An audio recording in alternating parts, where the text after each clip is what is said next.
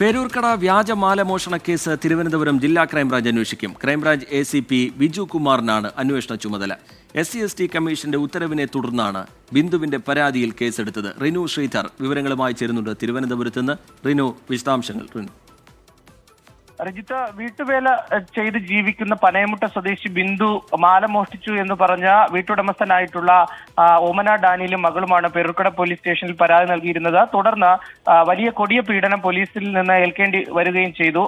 ഈ കേസിൽ ബിന്ദു നൽകിയ പരാതിയെ തുടർന്നാണ് SC/ST കമ്മീഷൻ ഈ പോലീസ് ഉദ്യോഗസ്ഥർക്കെതിരെയും വ്യാജ പരാതി നൽകിയ ഓമന ഡാനിയൽ അതുപോലെ തന്നെ മകൾക്കുമെതിരെയും കേസ് രജിസ്റ്റർ ചെയ്ത് അന്വേഷണം നടത്തണമെന്നൊരു ഉത്തരവ് കഴിഞ്ഞ ദിവസം പുറപ്പെടുവിച്ചത്. അതിനുശേഷം 2 ദിവസങ്ങൾക്ക് മുമ്പ് പേരൂർക്കട പോലീസ് ബിന്ദുവിന്റെ പരാതിയിൽ തന്നെ കേസ് രജിസ്റ്റർ ചെയ്യുകയും ചെയ്തിരുന്നു.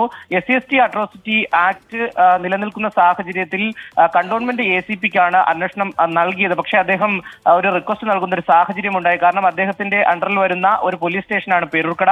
അതുകൊണ്ട് തന്നെ അദ്ദേഹം ആ കേസ് അന്വേഷിക്കാൻ തയ്യാറല്ല എന്നുള്ള ഒരു റിക്വസ്റ്റ് നൽകുന്നു. തുടർന്നാണ് ജില്ലാ ക്രൈംബ്രാഞ്ചിന് ഇപ്പോൾ DGP കേസ് കൈമാറാൻ വേണ്ടിയിട്ടുള്ള ഒരു നിർദ്ദേശം നൽകിയിരിക്കുന്നത്.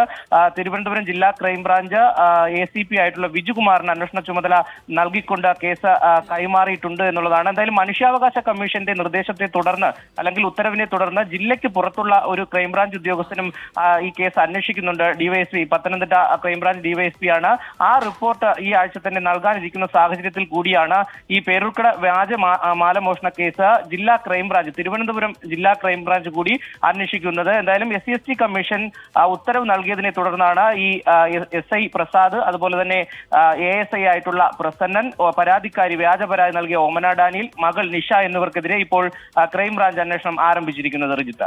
ശരി, റിനു ശ്രീധർ തിരുവനന്തപുരത്ത് നിന്ന് വിശദാംശങ്ങൾ പങ്കുവയ്ക്കുകയായിരുന്നു. പേരൂർക്കടയിലെ വ്യാജമാലമോഷണ കേസ് അത് തിരുവനന്തപുരം ജില്ലാ ക്രൈംബ്രാഞ്ച് അന്വേഷിക്കും.